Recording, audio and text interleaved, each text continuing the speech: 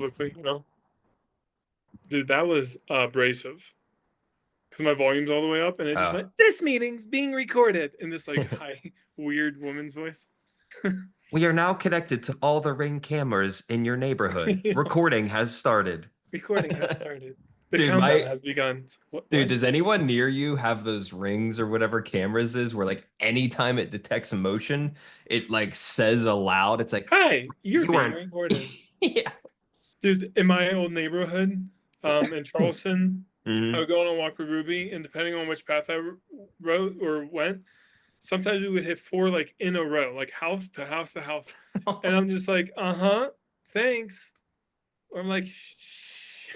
It's like why do I leave my house and all of a sudden like I'm live streaming on Twitch? Yeah. Jeez. It's Dude, like I you're the, saw you're this. you're you're that paranoid about like Yeah. people in your house, like where during bright daylight hours, like you can't program that. You can't take a minute to maybe, hey, at 8:30, 9 p.m. it starts, but at like noon on the afternoon on your driveway, I'm walking on the street and I'm being yelled at, accosted by robot voices And recorded for and walking my recorded. dog. Yeah. I'm on public property. I'm not on your property, but I'm being Yeah. recorded. Dude, I saw this hilarious meme last night. Nolan, he's still here actually right now, sleeping on the couch. Oh, Um, Old ski. And dude, I don't know why it was just such a subtle meme, but it was like a picture of like, some face, and it was like when your best friend of 8 years whips out a walkie-talkie and says, "Move in, we have enough evidence. Take him now." I was just like, oh my God. Just been building for the last 8 years and whips out a walkie-talkie. Move dude, in, move that in. could that could be us. I don't want to say any more. This meeting's being recorded. Can't blow my cover. There we go. There we go. You'd So, think can you it'd be say more important to not blow your cover to me than to the internet people, but sure. can you say that one more time right before I hit record? Where were you the night of August 30th? If I remembered, that'd be pretty good. I I think that know. was a Friday, if I'm not mistaken, though. Odd that you remember so specifically. It was a Friday too, you quack. uh, Oh man. So that's yeah, actually, share as little or as much as you want about the new gig, dude. yeah, man. So, it has been absolutely awesome being back in like a therapy room. Hmm. I just immediately realized how much I missed it. Yeah. Definitely went through some internal struggle of like, man, do I still know how to do this? Like, is this the thing? And that easily started falling away once I was coming into the second week. And Yeah. what helped was I saw seven clients my first week, which is pretty big buildup. And then this last week I had 16 sessions altogether. So first week seven, second week 16 sessions. Um, so I got into it pretty quick. Had a lot of time to practice and get in it, but I love it, man. I'm working with populations and kind of some struggles that weren't exactly what I was working with before, but close enough where I'm so comfortable. So it feels really nice to kind of stretch out my therapy muscles, and I'm really of the opinion that my approach to therapy and my modality that I use can be effective in most, if not all, situations to some extent. And so it's really nice to like put that to the practice. But I'm working with anywhere from teenagers um, to couples, uh, anywhere from substance use to depression to suicidality to like core identity issues. So it's really interesting. And I also forgot how like exhausting it is for me. So I'm like bringing that balance back into it, or trying to like find the way to like rejuvenate and reset and like still be able to give some of myself to Bria. I get home from a day of like listening and helping people problem solve and develop strategies and talking. And then I get home and Bria wants to tell me about her day and her struggles and her things. And I'm like, uh-huh. Not because I don't want to hear it, but it's like I need that time for me too. So Right, you we're just did working it the for 8 hours. exactly. So we're 10 actually. I work 4 10-hour days. Oh, okay. Off Yeah. Fridays. Yep. He has 6 jobs. He doesn't get tired. Ain't no tired here. Dude, Yeah, I 6 jobs. still remember that to this day. I Like you've remember heard the running up. I remember the exact hill. We're running up from Pappy J's. it's the Kevin Gates I don't get tired song. I got 6 jobs. I don't get tired. He's like, what? What? He works 1 day a week off Sundays? Hey, 1 day a week at each? at least he keeps the Sabbath. That's Yeah. important. Um, but yeah, the you know how every workplace ever will be like, hey, we're a family here, and we want it to feel like family, which I have my own grievances against because it's Yeah. a workplace, it's not a family, Yeah. and usually that's done in a very manipulative way. However, I'm like curiously surprised that actually how this practice works together, where they have something personal go on and they send out an email chain of like, hey, can so and so is going through this. They said that it's okay if we share it with the chain. Please pray for them. Someone's father died, or someone's going through a surgery, or someone had an injury. Please pray for them. And so I'm like, man, that really does feel like a family in a way. And I'm having this almost like very slight internal struggle of how much of that do I actually want to get into, and especially right away, because in my past, like I've just never had that been used in like a healthy way. Like inevitably the other foot drops, the work is gathering information used against you. I was saying And once you get to a certain point, that's your new baseline that they expect moving forward. So it's like, eat. exactly, exactly. And I'm like, I like to try to keep private and professional like a little bit distinct. Yeah. I Um, don't I don't mind sharing, but it's like sure. I don't need everyone to know that like I had death in my family if that happens or whatever. But at the same time, it is really nice to have that community of support where if something like that were to happen, that there's people who know what's going on, and they're right there with me. And if I just need like 5 minutes, any one of them is willing to listen to me for 5 minutes and just talk through it, or Right. whatever, which is really nice, especially in the counseling world, because that's what we all do for a living. Yeah. And it's nice that they're doing the whole like family approach like that compared to, hey, we have a happy hour or some kind of dinner that we're gonna make you feel guilty if you don't come to it. It's Yeah. more like actual stuff that like, a quote unquote family would do about like being there for one another in tough times and being Yeah. supportive. Yeah. And the amount of times I've had like people who are like, hey, even if it's after hours, like you are new, text me. Like, I don't care. You will not be bothering me at any point. And I'm Hmm. like, look, I literally will never text you after hours, after you're off, unless it's like I am in a dire situation. Yeah. And they're like, no, seriously. Like, if you need anything, if you just don't know where something is, and I'm like, all right, but like, don't text me after hours. I'm not going to respond unless it's like an emergency. Right, right, right. I've worked really hard to draw that professional, that boundary, Yeah. and I don't want to be drawn back in. But Text me tonight. yeah, so it's like really weird because they're not doing the no one has ever said, hey, we're a family here, or hey, this is what we do. I just see them doing it.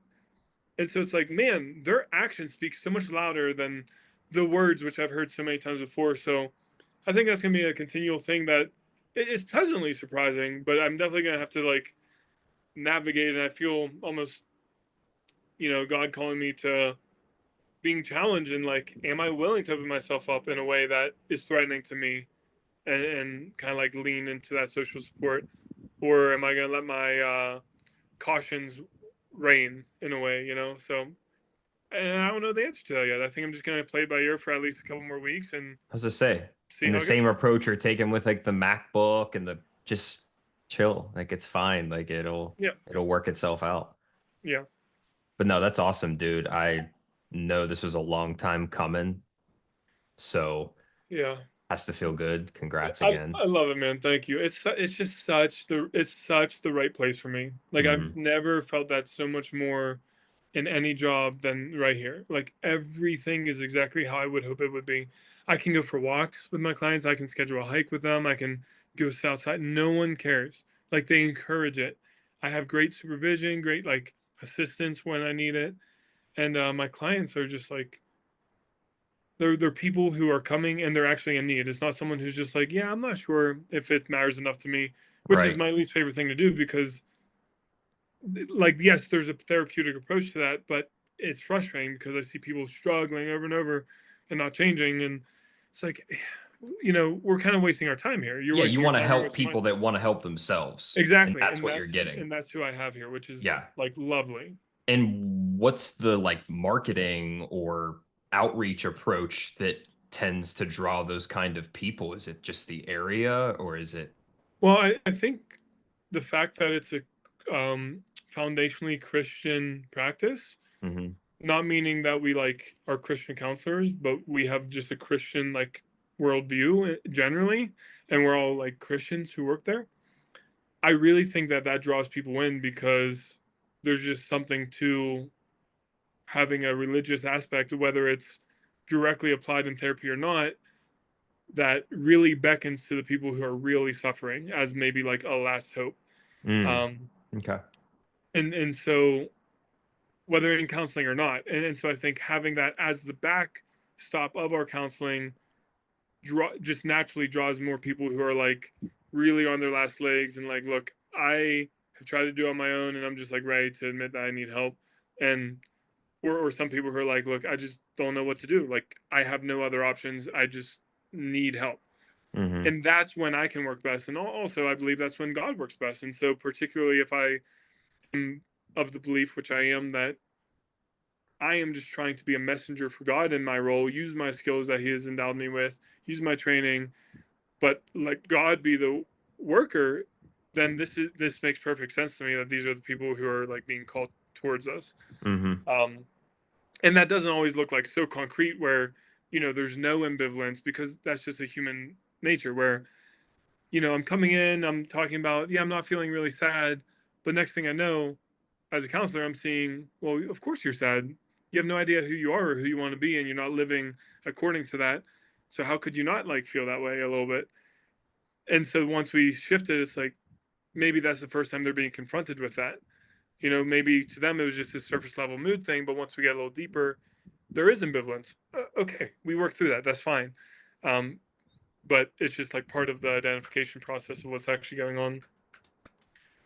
So it's really cool. And then the other thing I think that helps is we are, because we're Christian oriented, connected with a lot of churches in the area in the backdrop, where we have one guy who is an LPC, who is a counselor there, but one of his other things he does in his past life, he was a pastor. And so he connects with churches a lot. And so we get some clients from churches. And I think generally people who are coming from churches, whether they're of a strong belief in faith or religion or not, which is not always synonymous, going to church and being a strong believer, um, there's just almost this like more willingness to be open than maybe someone who has no like foundation in that, if that makes sense. No, that's fair. I feel like if you were kind of like brought up in that church space, you're so used to sense of community and people being involved in your life, so you're that much more inclined to just Exactly. open up a little bit more, which is like what I feel like my approach to making friends and meeting new people and just conversation in general, like pretty much an open book. I mean, I'm not Yeah. gonna go and like what's your body count on the first time I meet someone or something Yeah. crazy, but like yeah, like in general, like if someone wants to know like what your family's like or whatever, I'm not like, well, I don't want to get into that right now. It's like, Yeah. Yeah. Which is very freeing in conversation to not have those restrictions, because I find a lot of times people who pull those restrictions are the ones who maybe aren't sure how they feel about it, and maybe have some hesitation or shame or just fear of that reaction, or maybe it is just too much, and they're like, look, it's just too much, I don't want to get into it, which is sure. fine too. But I think there's something freeing, which being like, honestly, my family's kind of a shit show, but I love them, and we've gotten better every year. As I've become an adult, we get closer every year, things get less stressful every year, and it's just Yeah. wonderful to see that growth. It's like I don't need to get into my childhood trauma or like crazy things like that right away. But if the Right. conversation leads there, like so be it. Yeah, totally. Where do you Um, think the line is when it comes to therapy of, and I'm asking this for good reason, of doing work on your own and getting to a place where you can rely on yourself compared to whether it's talking to a literal therapist or just someone else in your life or multiple people in your life that you trust? Like, where's the balance between being there for yourself, but also looking to others for opinions and advice and help on your making a decision on how to move forward? Yeah, that's a really insightful and a really good question. I think ultimately the goal is to learn how to be your own best friend and advocate and feel empowered to be able to handle things on your own. You should always be your first line of defense. Now, that's not where most of us start at. Maybe like in childhood, but even through relationships. And I want to clarify that that doesn't mean being shut off and not being open with other people. It means being able to rely upon yourself, being able to look inwardly and self assess. But to be able to do that type of internal reflection and build that internal awareness is actually incredibly hard. You know, it's like if you were in a relationship with someone and you guys got into these fight patterns, to you, you're just living it. And as soon as an outsider comes in and they watch you two or three times, it becomes very obvious of like, oh man, that's like a pretty typical pattern they fall into. And it's always a typical pattern.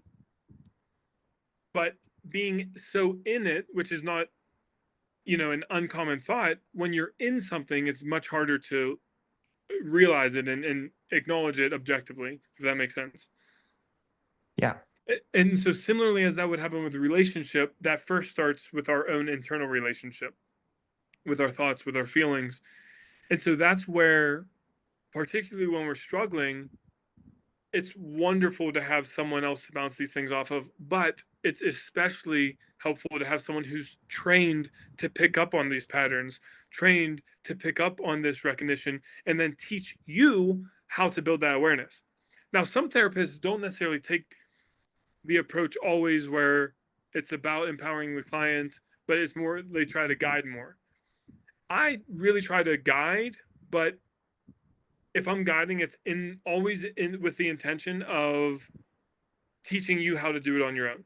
I want to guide you in skills and in strategies to build internal awareness and then empower you to utilize tools, that awareness as a tool and other tools and strategies to create a different relationship with your thoughts and feelings, thereby putting you back in control of your body, your mind, your feelings. Not in control, like submitting them, but like a head of a household, right? Hmm. Maybe being like, hey, this is in charge, but also I have to have a good relationship with the others around me. And if we can learn to do that on our own with ourselves, then it naturally flows outwardly to our relationships and to our friendships and whatever it is. But that really starts with good internal communication, good internal awareness, good internal relationships. And so I think ultimately the goal of anyone who steps in foot in my office is I want as soon as I can to get them out of my office where they're in a good place to do that on their own. But while they're learning that, it's wonderful that I give them skills and strategies and awareness to practice. And we get to problem solve and fine tune for months together, once a week or sometimes twice a week, um, so that they can really get a hold of that and then go out in the world and do that on their own. And ideally, bring others in their support network in to serve as other helpful aids, right? Like talking to friends, talking to family, talking to a spouse or a relationship partner, um, as someone to help aid you in that. Because the more we have that external awareness, the easier it makes it for us because it's very easy, even when you're good with those skills, to lose sight of those patterns and just fall victim to them. Does that kind of make sense? Yeah, absolutely. I also think too, not to like give a cliche answer or like response to that, but everyone will find their own balance of and hopefully be working towards getting to a place where they can handle more on their own. And I think that that could be like one of the goals of therapy is to help someone in their journey to get to a place where they are a little bit more self-sufficient, and then they check in with others when they need to get some additional advice or insight, but their core decision making and mindset is really driven from within. Exactly. And that's a really great summary. Like if I had a 1 or 2 line summary of my approach, I could almost use what you just said. Yeah. I want to get my client in a place where they could do it on their own, but also recognize that asking for help is also a tool and is also a strength, particularly when needed. And in that pursuit, I want to help someone live authentically, in alignment with their values, create objective standards for themselves. Because if you don't have an objective standard of, hey, who do I want to be in any given moment, then it's easy to just fall whim to your feelings or your Yeah. thoughts or your impulses. And that's usually what causes the stress and usually pulls us away from living authentically, which leads to anxiety and leads to depression and leads to hopelessness and thereby suicidality and substance use, right? It really comes down to this core, am I living authentically or am I not? I really think that's the heart. The identity is the heart of like mental illness. Yeah, dude. Dang, that's super spot on. So I guess for some context where this was derived from, and I won't go into like too much detail just for the sake of like their respect and privacy, but a girl I was seeing has definitely like been through some stuff in life that led her to a path of, really, really like working on herself. I know that's just like the quotes, like everyone's like, I'm working on myself, but like she definitely put in a ton of work on herself and has been through some stuff and kind of really without me asking, just like wasn't afraid to point out things just in the week or two that we were seeing each other, like I don't want to say red flags, but like glaring things that she thought of about me as it relates to relationships and dating, and me obviously not really knowing, not that I don't know what I want, but just making it seem like I was falling victim to what you just described, where I didn't have a core firm ground to stand on as far as like what I want, how I want to spend my time, the things I do, the things I don't do, and it ultimately led to us deciding to not continue seeing each other because she wanted to make sure that before I engaged in anything serious, that I figured that out for myself because I was sharing some things about past relationships and patterns that she was noticing just based on little tidbits Mm-hmm. of stories that I would share. And like I really respected her for that. Yeah, that's very mature. Yeah, very. And yeah, she's given me a lot to think about. And that was kind of what prompted me to just be curious because that was the number one thing because she kept noticing me saying things like, yeah, I would be like, she would give me insight. I'd be like, man, yeah, I really like that. I know that that's true. I admit it. It's a tough truth, but I admit it and acknowledge it. I'm chatting with you, Caleb, next week, or yeah, I was actually talking to my mom about this, and she's like, look at what you're doing. You're immediately running to other people to help you formulate your opinion, and you need to Mm-hmm. be able to do that yourself too. And then once you feel good, reach out to others and kind of mix in what their feedback and advice was too. Yeah. So, can I share a parable that Jesus said? I'm not going to read particular scripture, but there's a wisdom in this that Yeah, applies yeah, here. yeah. So, essentially, it's the sower of seeds, which you may have heard, where Jesus talks about there's a farmer who goes along, and as he's carrying his bag of seeds, some fall along this rocky path. And on the path, the birds come and pick them up. They never have a chance to grow roots. Hmm. And then some fall among weeds and they grow up with the weeds, but ultimately the weeds choke out these plants that come from these seeds, and so the seeds die. Yet others still fall uh, in like good pasture where Hmm. they grow up strong and they um, gain good roots. And I believe there might be one more that I'm missing, but it doesn't matter. So, a really good analogy for the, and then Jesus is almost talking, when he's saying this, he's talking about people uh, receiving his word, but more importantly, wisdom. And so translating this to another analogy, I think can be really helpful, where almost thinking about it like a sponge, where sometimes we have a sponge and we act as that sponge, and the wisdom or knowledge that comes into us is what that sponge absorbs. Some sponges, you put it under the sink and then you immediately wring it out and it's just as dry as before it got wet, right? That's someone who takes in knowledge and then immediately throws that knowledge out. And then there are sponges that go into to the water, and you drain some out, and some stays in, some stays out. And then the other is going to be where you just put it under the water and you never wring it out. It just holds all the water. And so we're, this is kind of jumping all over the place. This is That's all to okay. say that we ideally would, when it comes to seeking advice or knowledge or wisdom from other people in particular, or even other sources, videos, books, whatever it may be, that we act as that middle sponge where some water is wrung out, but some water stays in. Because if we just take in information and just hold it, we lose sight of our own identity. And if we just take in water and immediately let that out, then we are only attached to ourselves and we're not willing to hear that from other people. But if we're willing to know our form, our structure first, and we're comfortable with that, and then we receive information from other people, we can filter it through the lens of our worldview or our expectations or our values. Then we can garner some really good information and wisdom, even from people we don't necessarily agree with, because we're able to translate it into how we think and how we live. Does that make sense? Yeah, for sure. It's another instance of balance being the way to go. Like you can't be so self-efficient that you can't take any new information, but you can't be an in one ear out the other kind of guy either. Yeah. And so I think it's a really healthy opportunity when we have moments like what you're describing you're in right now to say, hey, what is my tendency? Do I soak in all the water?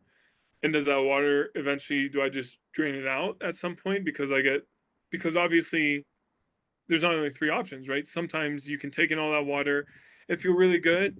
And then a month later, wring it all out because it was just too much. And you give it all up, right? I don't keep any of it with me, even though I had all of it with me at first.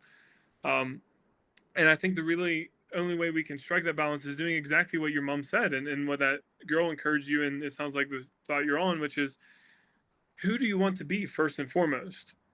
And that doesn't have to be this very rigid, well, I want to be someone who hikes 6 times a week and talks on the phone 4 days a week and has a meeting once, right? It's not rigidity. Rigidity does not replace adequately identity, but instead these like abstract values, right? So I want to be honest, I want to be respectful, I want to be assertive, um, I want to be loving.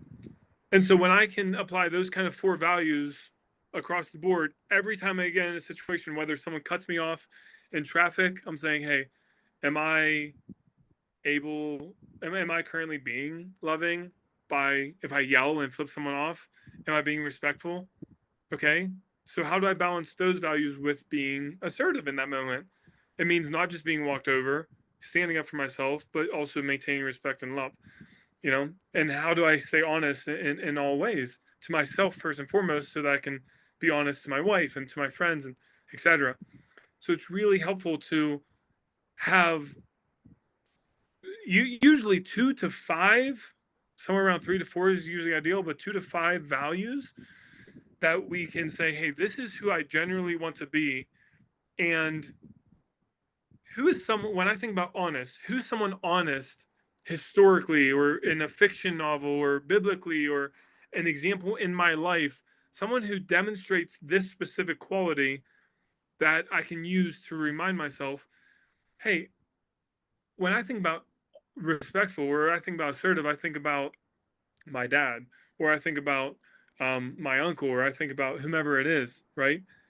I have an opportunity to objectively create a definition for this value that everyone doesn't need to know. It doesn't matter. Honesty might mean something different to you than to me, but what does it mean to me?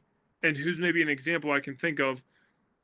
And that's really one of the biggest moments in therapy that I get people to is defining those values and shifting from, well, I just want to have fun. I just feel like doing that. Sure, but what happens when you feel like killing yourself? Do we also have to do that now? Or what happens when you just want to drink yourself to oblivion? Do you also have to do that now? It's easy to go by our feelings when we're happy or uplifted, Mm-hmm. but what happens when we're not there? What happens when we're angry? So creating those objective standards to use not only in moments of crisis, but all the time, so that in moments of crisis, it's our natural response. Yeah. Makes me think about, yeah. The really big thing you said towards the end of that was, who are you when things aren't clicking and things are great and you're on a high and everything's going exactly as you thought it would, all the plans Mm-hmm. came through, all that, when no one's around and plans got canceled and you were expecting this and then the opposite happened, how are you reacting in those moments is really where you have to lean in and make sure you're locked in on whatever your 3, 4, 5 core who am I beliefs are. Mm-hmm. And what's cool is Easier the more said you, than done. sorry, Easier yeah, said than, I would of say easier course. said than done for sure. Of course. But what's cool is we have so many moments to practice that and to Mm-hmm. refine those values. And once we do that enough times, then we don't have to think about it because it just becomes second nature to us. When I'm in a moment of crisis, very rarely do I have to be like, hey, who do I want to be here? Most of the time, it's just like so ingrained in me because I've been doing it for years that there's like this just like preventive nature. When I get angry, I want to punch or yell or whatever. There's just something that's like, it's not who you want to be. And it Mm-hmm. doesn't even have to be said to me at this point. That doesn't mean that I don't slip up because I'm human and it's okay. That's the other part of this. We have to have forgiveness and grace for ourselves because it is hard to do, Yeah. but it gets easier with practice. And the last thing I'll say, just as kind of like sharing maybe a more vulnerable personal thing, is I've really been personally struggling with that over the last probably month or so. I think probably since we moved here, but really I've become aware of it over the last month where I am feeling really kind of slipping into a lower mood, not quite depression, but shifting that way. And I'm tired a lot more, and I don't want to do anything. I want to eat junk food and sit on the couch and do nothing. But at the same time, it's like my protective values are like buffering that. And Mm-hmm. so I'm able to focus and not be hard on myself. And it's like, you know what? Yeah, I've been craving a milkshake. Okay, I'll give myself a milkshake. I'm not going to feel bad about it. It's okay. But let's also get to the root of this. And so as I've been able to go in that at first over like 3 weeks ago, I was really confused and feeling a little overwhelmed and defeated by it. But as I stayed patient with myself and as I maintained like overall on average where I want to be, I'm still working out, I'm still taking care of Ruby, I'm still engaging with my wife, I'm still reading, I'm not just completely giving up, I'm still sticking to things that are important to me, even when it's hard. And now I'm to the point where it's like, oh, I'm starting to get clarity. What is going on? Well, I'm kind of tired. I'm tired of trying to make new friends and feeling disappointed from like just not having that connection. I'm tired of not having people around me that I can like do things with, which are naturally at odds with each other. I'm tired of not of being physically handicapped from like this injury I've been dealing with in my leg that's preventing me from hiking and tennis and walking and all these biking things that would help me. And so I'm to the point now where it's like this is going to sound a little morbid, but it's a coping strategy that I've developed years ago when I was in the Marine Corps and I was having suicidal ideation. That suicidal ideation to me became really scary initially, and then eventually I was like, okay, yes, I get it. I want to kill myself, sure. And I just kind of say it, and it's like, all right, now it's not that scary because I said it out loud, and I know I don't actually want to do that, Right. but let me just say it to get it out there. And so now when I come to this moment of like, oh, I don't want to do anything. I don't want to do anything. No, I don't want to make friends. No, I don't want to try this. I don't want to blah, blah. I eventually am just like, fine. Okay. Do I want to kill myself? Because that's where we're going. It's ultimately, let me just skip all the work. This is where Right. it's going. No? Okay, great. So then what's my other option? I need Right. to do the work. It's one or the other. If this is not an option for me, then I have to choose the other one. It's just that simple. I can either let it slowly get there, or I can just be like, all right, I know where this is going. I've dealt with this before. Okay, I don't want this. So how do we get here? And now I find myself starting to take small, tiny baby steps. Like I'm like, well, I can't do a lot of physical stuff, but maybe I can do disc golfing. That sounds interesting, and there's a really nice course nearby. So I went to the shop this morning and just looked at how much disc golf are and seeing if that's in my budget right now, or should I wait till next month, or whatever it is, right? So just small baby steps. Uh, Mm-hmm. and at the same time, I'm like, oh, I'm anxious because it's something I don't know how to do. And I don't want to run into people on the course who are more experienced and feel like I'm in their way, you know? So Right. great. Let me own that. Let me say that out loud. Let me feel that. That's okay. That is something that's going to prevent me if I'm not aware of it. Yeah, and So then as that, you've had like other experiences that you can pull back on, you realize like, oh, I picked up golf before, and the mhm. first time I stepped on the course, I wasn't an absolutely amazing golfer. Not that any of us Yeah. are now, but I've been there and I've hit a really bad tee shot in front of guys that were waiting behind me. And I still am here today, and they never Yeah. said a word. Who cares what they thought?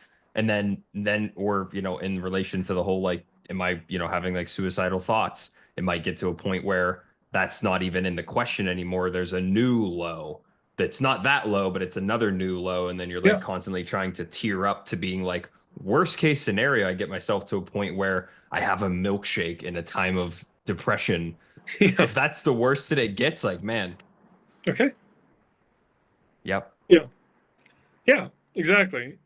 Exactly. And so this is ultimately, I'm sharing this as like an example, and also it's helpful to just get off my chest. So I appreciate you Yeah. listening. Yeah, no. Um, but also, this is an example of where what I use to inform my therapy approach. Right, I do it myself, and that's what's really wonderful about my type of therapy. ACT therapy is we practice what we preach day in and day out. I'm doing it so that I get better at it, so I can help guide you in it. Um, and I love that. There's just something innately human about that. Of like, I'm not claiming to be holier than thou. I'm not claiming to not be struggling while I'm helping you get out of your struggle. I'm on my mountain peak and I'm struggling and I have paths in the way and I have to use a pickaxe sometimes.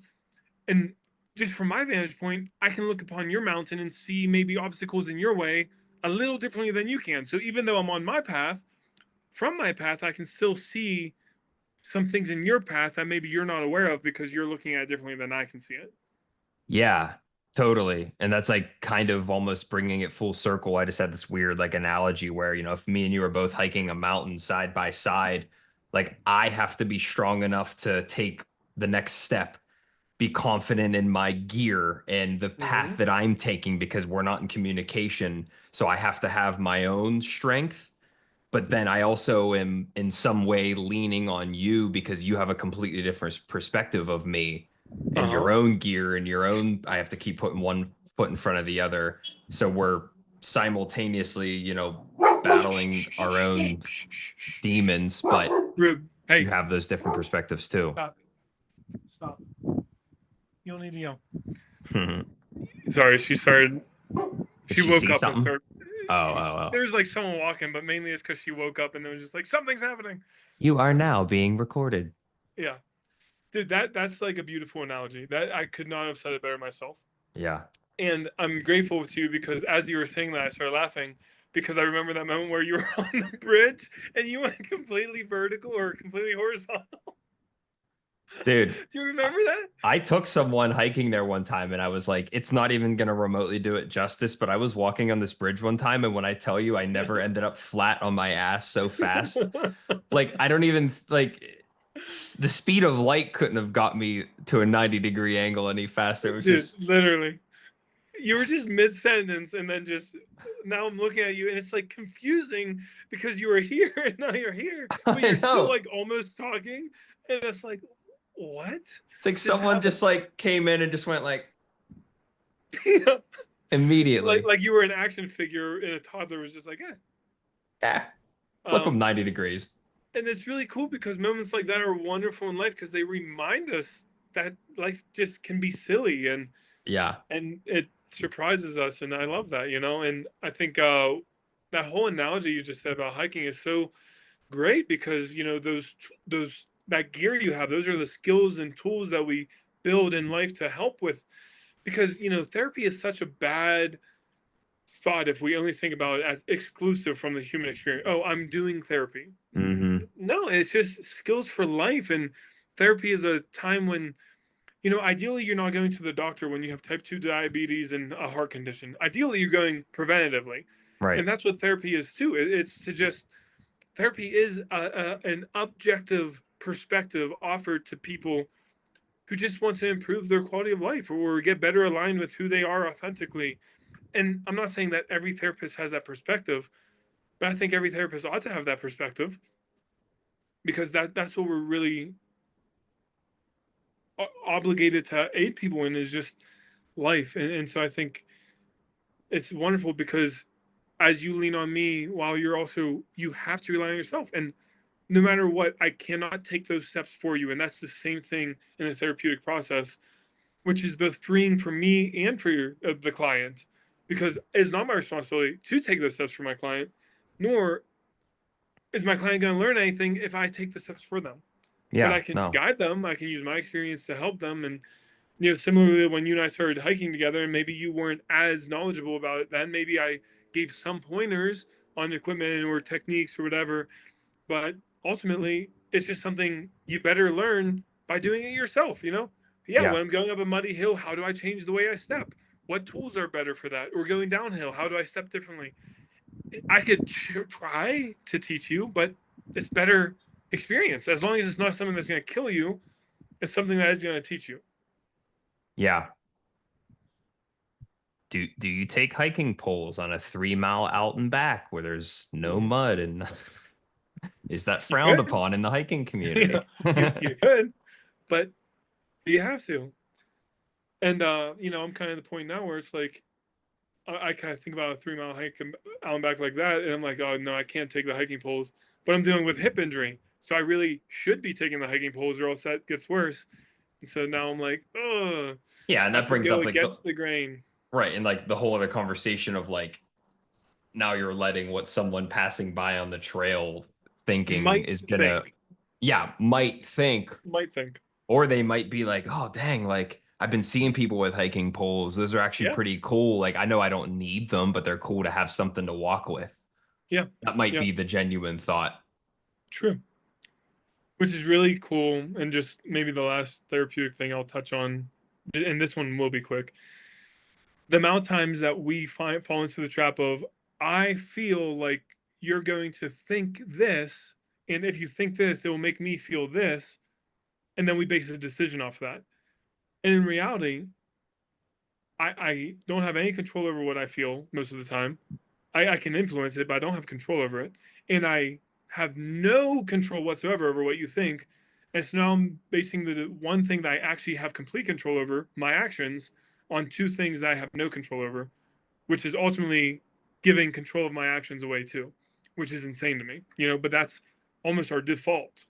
Yeah, that reminds me of something I said one time a few weeks ago when we were chatting, where it's like you were so concerned about the thing that you wanted to say but didn't say. So you said something else, but that very thing that you thought was better to say could have actually been taken worse than if you just said the thing you wanted to say. Yeah. So it's like you're literally just operating under this like assumption that you know what other people are thinking and how they're going to react and what they're going to say. And like probably 90% of the time, unless you're some kind of freak mind reader, dude, you're going to be wrong about what their reaction or response is going to be. Yeah. And you're going to add layers of difficulty for yourself and for someone else. And really, it would just be best for everyone if I just said what's on my mind. I try to say it in alignment with my values, be respectful, be assertive, be kind, but at the same time, just say it and let you respond for yourself instead of me assuming I'm going to know your response and then changing what I say, which ultimately I then have to clarify because I'm no, no, sorry, I'm trying to say this. Right. Right? No, I know. I know. Um, do you have to take a pee break or anything? Because I could use a pee break and a quick refill in the water real quick. Yeah, go ahead, take one. I'll just chill here.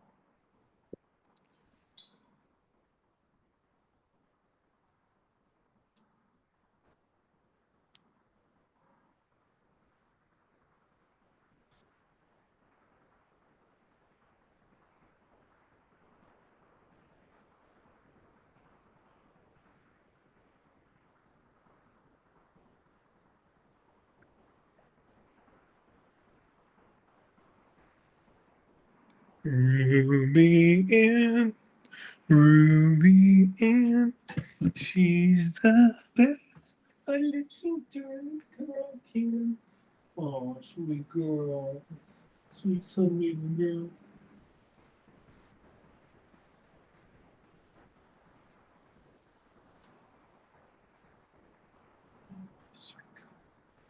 Sweet.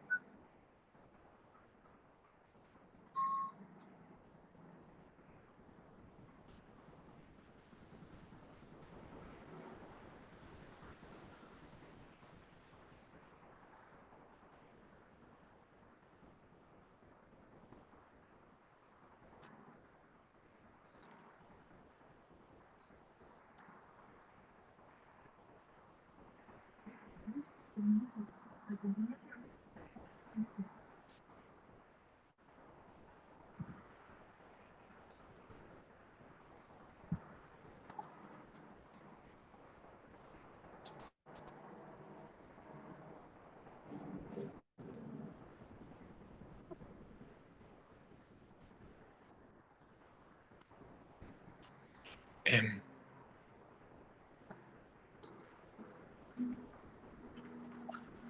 All right, we back.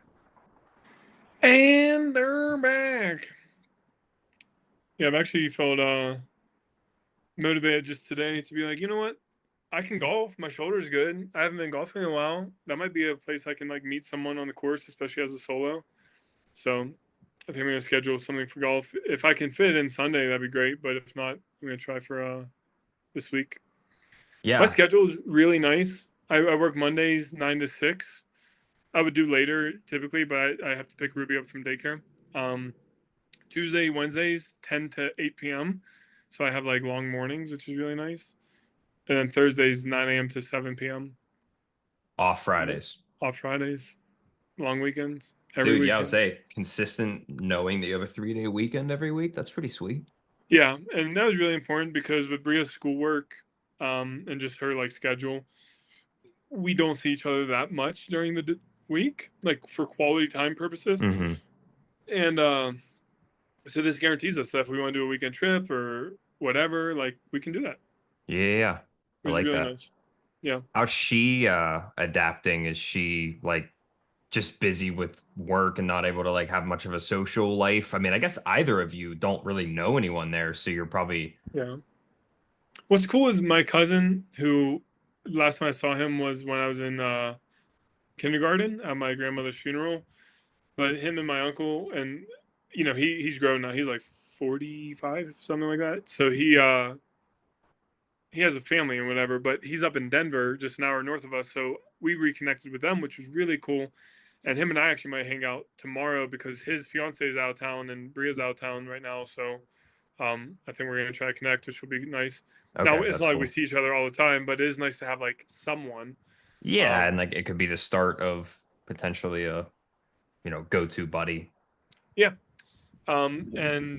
and he's like a little bit ahead of me in life experience and stuff too. So it's always nice to have someone a little bit older who is good to go to and like whatever. He's been Yeah, for through it. He's sure. whatever and knows the area. He's in real estate, so he give me pointers.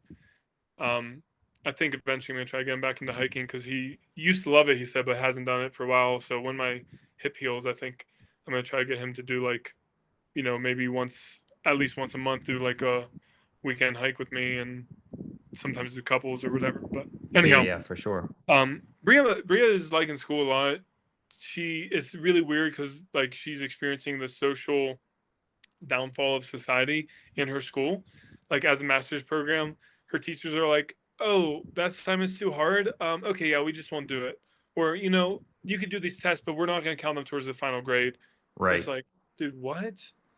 Like what? Like there's no challenging, and then everything's about diversity and inclusion and DEI stuff. And it's like, and even Bria's like, dude, I'm so tired of hearing about how everyone is a victim and like, what are the solutions? Like we're social workers.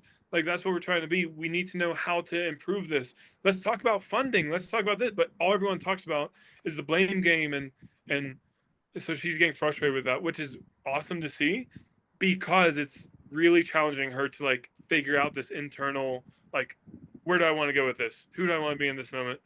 Yeah, So it's really totally. cool to see, even at the beginning right now, that she has this opportunity for like tremendous growth.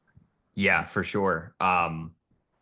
Not to shift the conversation away from Bria, but that before I forget, we don't have to dive into it right now. Me and my dad went and saw the new Matt Walsh movie. You know Matt Okay. Walsh. Yeah. What's the newest one for him? It's called Am I Racist? So it was kind of funny walking up to the counter. Yeah, one for Am I Racist? Yeah. And then my dad walks up and she's like, didn't even ask him.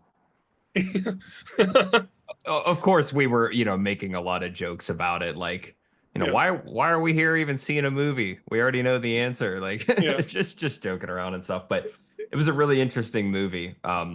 Didn't know what to expect, but he was just on Joe Rogan and I watched the first like 20 minutes and they were talking about the new movie. And I was like, that's something different. Me and my dad haven't been to the movies for a while and, Yeah. That's cool. up our alley with everything going on and stuff. So, Yeah, man. Um, yeah. We're in a weird place in society. Weird place. I feel like maybe I'm gonna need some more energy to like really get into that type of conversation. So maybe we can plan for that one.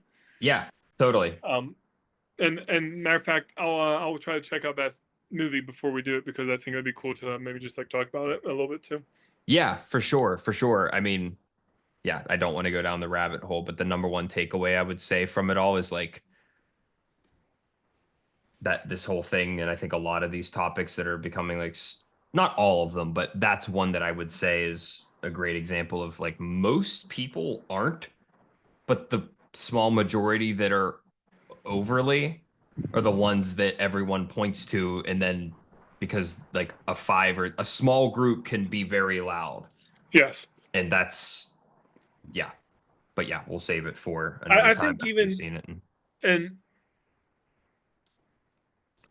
sorry, I don't mean to belabor it, especially after we both agreed to like tell you what, but you made me think of this. Yeah, no. I think another really important factor, and I'm curious if you maybe saw anything in the movie about this. Um, it seems like a lot of this racist accusation rhetoric is less about even the minimal or like the minority extremes who are in fact actively racist, and more about people wanting to feel special. And unfortunately, the way that people have been taught to feel special, especially younger people, is by being a victim.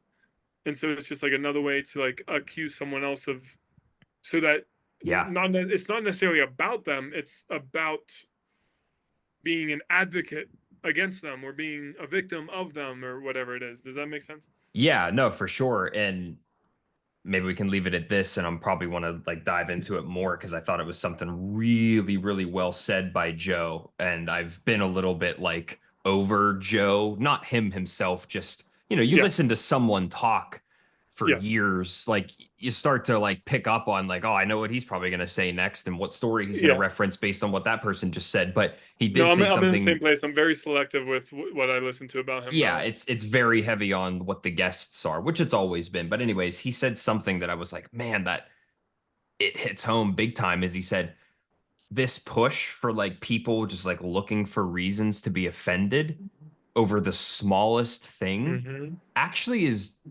demeaning and taking away from how serious it is whenever someone does do something like actually racist or something like Mm-hmm. actually detrimental to someone. Like if me making like a little joke is going to be like blown out of proportion, it's like, oh my God, I can't believe you said that. It's like, okay, well then, what are you saying to the guy that just got caught like, doing something like actually racist in whatever Yeah. your imagination wants to go to? And I thought Well, it's like, just like wow. the girl who cried wolf, right? It's like, and how much more do you have to give if every little slip up, accidental slip up, because it's accidentally offensive? Maybe I wasn't fully thinking or wasn't fully thinking through what I'm saying. Yeah. But where do we have to go from here? Except like now we have a right to violently attack that person Right. because now they're racist, right? Like that's the Yeah. only escalation we have left is like murder. Right. No, I know. And that's a good transition and it reminds me of a Louis C.K. joke one time. He was talking about just how people throw around like way too many words that are, these I guess adjectives or something of when something's great. He used the word amazing. He's like, "Oh my God, this cake. Oh It's yeah, amazing. amazing. It's Yeah, amazing." He's like, "Well, God, what about like when, Jesus comes back? What are you gonna call that? Like you already, yeah, yeah, used amazing on a piece of cake." yeah. Oh, that's good. That's nice. That's Yeah, cool. That's nice. interesting. Nice. Dude, Well, that's different. do you ever see clips or anything of Tim Dillon? I've watched him in the past. I can't actually place his face right now. Fat Oh, comedian gay dude. yes, yes, yes, yes, yes. Okay, I got it. This is such our sense of humor, and I've been liking him a little bit more, and I've actually started to enjoy Kill Tony a little bit more too. Yeah, Kill Tony is good too. I don't watch it regularly, I but don't when I either. But there's do been get some around to it, I like it. fire guests on recently. I haven't watched any of them. Like Tom Segura was on there. There was the one with Shane Gillis and him doing the Trump thing that we both like shared Oh some memes yeah, on. yeah. I haven't Matt Rife watched was that on one. there. I gotta watch that. Yeah. But oh no, no, no, no, no, no. What was I gonna say? Tim Dillon. Yeah, Tim Dillon. Thank you. He was just talking so casually and he's just so funny in conversation. And again, it's a solo podcast. So the fact that he can just riff for an hour and be funny is impressive. But Hmm. he was talking. Actually, no, it was a clip from him talking to Tucker Carlson. And he just said something about like, what's up with people in California? They don't work. They're all just like at cafes and they're at brunch and they're all working from home and they go out to lunch and they meet up with someone and that's a meeting. And then they drink a mimosa and they eat a salad and they have a smoothie and then that's a meeting. And like just the way he was like calling like all these things like and that's a meeting and like and then you drink a coffee and that's a meeting. Like it was so funny if Yeah, I that's could find the good. clip. But yeah, it was That's pretty funny. funny. Um, can I switch back to kind of something I touched on a little bit ago, Yeah. but I want to go more into it. So I'm noticing that as I am going through life stages, also known as getting older, that like the more I do, like moving to Charleston, I felt this a little bit, but then living in Charleston, it was amplified even more. And moving out here, it's like for me, I just almost have no desire to meet new people. Like I know in my heart I want people to do things with, and I at the same time am like, dude, I just don't want to put in the effort to like making new friends. And you know, if it was like if there was an opportunity to talk to someone like a guy, like I'll do that. But putting in the effort of like, do I want to join a social group or do I want to do this? Like if I happen to meet someone, again, no problem at all. But that's so rare. And even like people who adjacently, like at work, I'm like, I don't see anyone who I'm like, I really want to be friends with, especially because counseling isn't like ripe with guys, particularly my age. But do you experience that at all? I know you kind of, I think you're a little more social in that regard than I am. So I'm curious how that's been for you, especially over the last, you know, transitions of your life from job to job and as you've gotten a little older. Yeah, I would say that I'm definitely selective. I meet a lot of new people and have conversations with different people a lot. I would say that at this stage, it takes a lot for me to want to go out of my way to spend extra time with that person. I'm obviously, as you know, and anyone that knows me, in like a little bit more of a unique situation where just through family alone, I have 4, sometimes 5 days a week worth of plans outside of work, but in the gym, and that takes up a big majority of time. So then when I am looking at the 1 or 2 days a week that I have to genuinely use at my discretion, I want to go on dates or I want to just kick it by myself or just do something completely unplanned. And, even if that's just laying at my mom's on the couch and kicking it in the living room with them. Um, so I've met people and like had conversations got like a guy I met at the Y over the last year or two. Probably someone that I would totally get along with, like would love to pop out and like grab some food and a beer with sometimes.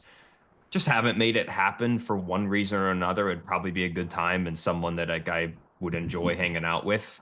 But there is, for whatever, probably some degree of the same point you're getting at, like just that apprehension against it because it's like, I already have a great circle of people. There's no drama. Hmm. I don't want to say I'm content, but I'm happy with like the friends that I have and the people that I spend time talking to. So I guess all that to say, if I am going to entertain bringing in a new friend into the circle or someone that I'm going to devote any kind of consistent time to, I just want it to match what me and you have, or me and my buddy Tyler have, or me and my buddy Yeah, Kyle like there's have. higher quality. I guess that's what it is. It's like a higher expectation of quality at this point, Yeah, I don't want a which is rare. superficial conversation, which Yeah. you do have to have the basic conversations early on, similar to dating, where you need to find out like how old someone is, what's their history, what do they do for work before you can really get into like, dude, yeah, I want to like talk to you about this like super deep subject, but Hmm. there's that barrier for sure. Yeah. Yeah, I'm trying to reconcile that with like, well, I know even though like I feel very great with like who I have in my life, like I don't actually get to spend time with them in person Yeah. almost ever. And I know like eventually that wears on me where it's like, dude, I just like I need someone to play tennis with. I need someone to like go on hikes with. Just a guy. Like I just need someone besides my wife. And I'm like, and every time I'm like, man, and this comes back to that value thing. Ultimately, I will get myself to get there, but because that's I just like no, it's like it's not gonna happen on its Yeah. own. And you But mentioned earlier, not to steal the convo on this topic, but like you mentioned earlier, like a social group. Not saying that there aren't great people that go to events like that, but I feel like, if you're a dime a dozen if you are a really like awesome dude who has so much to deliver like yourself. If you went to a social group, like you'd be an awesome friend to grab. But I feel like it, in my experience, and I have a recent experience with something like that, where if you are going to an event like that, there's probably a reason. And yeah, maybe it's a unique one like you, where I just moved here from Colorado or from PA or Charleston or whatever, and now I'm here and I'm actually trying to make friends. But there's a reason that you're in a situation like that where you need to go to a social group. And the thing that I just recently did was went to a singles event at a interesting. bar. Yeah, I went to a bar club, not club, Shorty's in Pittsburgh, it's called. Yeah, Um, I think I've heard that. yeah, and it was a singles event, $30, you got a free drink ticket. You wore a name tag and you filled out like a little icebreaker sheet. Yeah, And that's actually kind of cool. yeah, Well, at what's least it sounds even cool. yeah, what was actually even funnier is the girl that I told you that kind of gave me all that therapy insight. We went together. Um, but didn't like interact the entire time there. We did a little bit, but we were kind of both just there, like just to see what it was, like something different, fun event. And it was kind of as I expected and what I was kind of hinting at there, where like the people that were there, sure, all great people, just not anyone that I was like, oh my God, Yeah, like I have to get to know this person. So, there's always that angle. yeah. It's almost like people who are drawn to things like that are a little more desperate in some way. Hmm. Like they're willing to give in a little bit more to, which is that's actually really helpful. I couldn't quite name what was like going on for me, but I think that's what it is. Is I'm like I just am not willing to like give up my like standards, not expectations, but my standards. And like if I have someone in my life consistently, like I have very high standards for that person, whether it's my wife or a friend, or even like the family members I choose to talk to regularly. That doesn't mean that I'm not going to like touch base Yeah. and converse, but at the same time, I I don't know how to like seek that out like for a new person. Yeah. Okay. So I would suggest flip the script on what I would consider as like what I'm doing, where I'm actively dating. I have explained my like philosophy on the apps. I use it as an outlet to meet more people. I know that there's a reason most people are on the apps, and ideally it's to meet others, but you still have to date before you entertain any kind of Hmm. serious commitment or relationship to that person. So I would say, not trying to be like this advisor or whatever, but like flip the script and like challenge yourself to like once every other week or like a couple times a month approach a dude that looks cool. Or if you're at the tennis court, or you're at the golf course, you're at the movies, you're at a restaurant, and you see someone that like maybe that guy would be cool, just Yeah. explain your situation, be like super transparent and authentic, and be like, hey, if you ever want to grab a beer or Yeah. grab some lunch or even a coffee. I've been really all in lately on like, let's not do this big date. Let's not do anything crazy. Let's go grab a coffee. It can last Yeah. 15 minutes. It could last 3 hours. Yeah. That was actually Bria's in my first date. Was we went to a coffee shop. She got a tea bag, and I got a tea bag. She got tea. Teacups, tea bags, teacups. Yeah. I say tea bag because she actually had to put the bag in herself. They just gave her hot water And steep it. and steep it. Shh, shh, shh, shh, shh. It's okay, little one. First question, so how long do you typically steep your tea for? Yeah. That's just funny because I would have no. I just like put it in there until it's too dark, and I'm like, all right, that's probably good. Yeah. What like if someone's a tea connoisseur, there's like, depending on the tea, there's a specific amount of time, And water which I temperature respect, but and I don't care about. Like I just mm-mm. want strong flavor. I don't want any hint of water if I'm having tea. I want it No. to taste like nothing but the tea. I don't want it to taste like the coach dumped the last little bit of Gatorade into the water cooler and now it tastes like super watered down Dude, Gatorade, dude.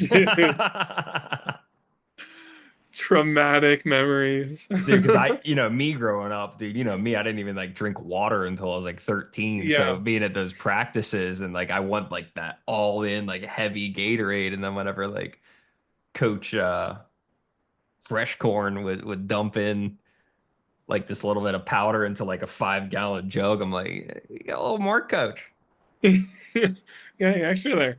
What are you siphoning? Are you embezzling? Keeping the Gatorade powder for yourself. Yeah. Oh, yeah, man. That's a good idea, though. I like that a lot. The shtick with that is I actually have to like go do things that are like Hmm. different than like, which is good.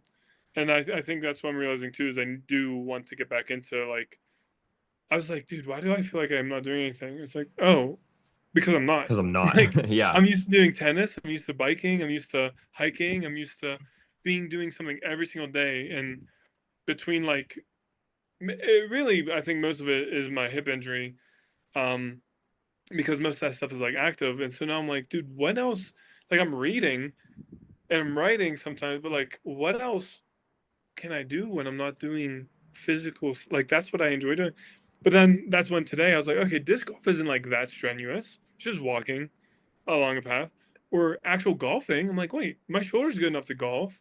So I think I'll challenge myself to golf this week, and hopefully get put with someone, God willing, that's like paired with me, and hopefully not a weirdo or someone who takes golf way too seriously and understands that every drive I hit is going to be a slice and doesn't get annoyed with that. Right. Um, and if they do, whatever, I'll be like, dude, go do your thing. I'm gonna do my thing. I'm just like out here for a good time. Yeah. And yeah, like know that just because you spend like one bit of time with someone doesn't mean that it's like all of a sudden you have to like force yourself to be friends with them. It's like you Yeah, can have multiple of these interactions, and just like, I do the sales comparison, like probably going to have 5 or more conversations with a new potential client before one of them actually turns into a real process where we're actually going through a true evaluation. yeah. Well, and that's fair because even in therapy, people come in and they tell you what the problem is, but when you're like a month in or 2 months in, that's when it's like, oh, here's the real thing that's going on. Hmm. Yeah. Some people get there a lot quicker, but very rarely. Yeah. Um, cool. Well, are you ready to wrap it up, or you got a couple more things you want to talk about, or what? No, I don't have anything that I specifically want to chat about. Dude, I feel bad. I've definitely dropped the ball on doing any kind of outreach to people that we want to have on to a chat That's with right, man. us. Look, why don't I just take that and maybe try to plan something for next? If we set a date and time for next week, if we can stick to that, then I can like let me find the first person because let's just try it. Yeah, for sure. And I'll try to do the same. And, even if it's something that we set up for 3 weeks from now, that's fine too. Yeah. Okay. Do you Um, know what might work for you next week or no? I was just gonna say, I mean, if you're off Fridays, I would say like typically like 1 o'clock on Fridays is probably a pretty safe time for me to say like I could commit Okay. to an hour, hour and a half on the calendar type of thing. Like I'm rarely gonna get something thrown on that I have to do Friday afternoon. So Okay. Well, let's plan on next Friday at 1 then, and if something has to change, we'll adjust a little bit. sounds good, brother. I'm editing the invite right now just so that it's on our calendars. I don't know if you reference like your personal Caleb Martin 27 at Gmail calendar a lot, but Yeah, no, it's like the backbone of my organization in oh, my it life. is okay, Yeah, perfect. yeah. Cool, man. Um, yeah. So I'm gonna try to put myself out there over the next week or so, and do that. And I think I'll challenge you similarly to start identifying some values, playing around with it. What does that look like? Who do you want to be? And kind of grasp that a little bit. I agree, brother. I like it. Okay, cool. Thanks for the chat, buddy. All right, man. Take care of yourself. See you, brother. Okay. Bye bye.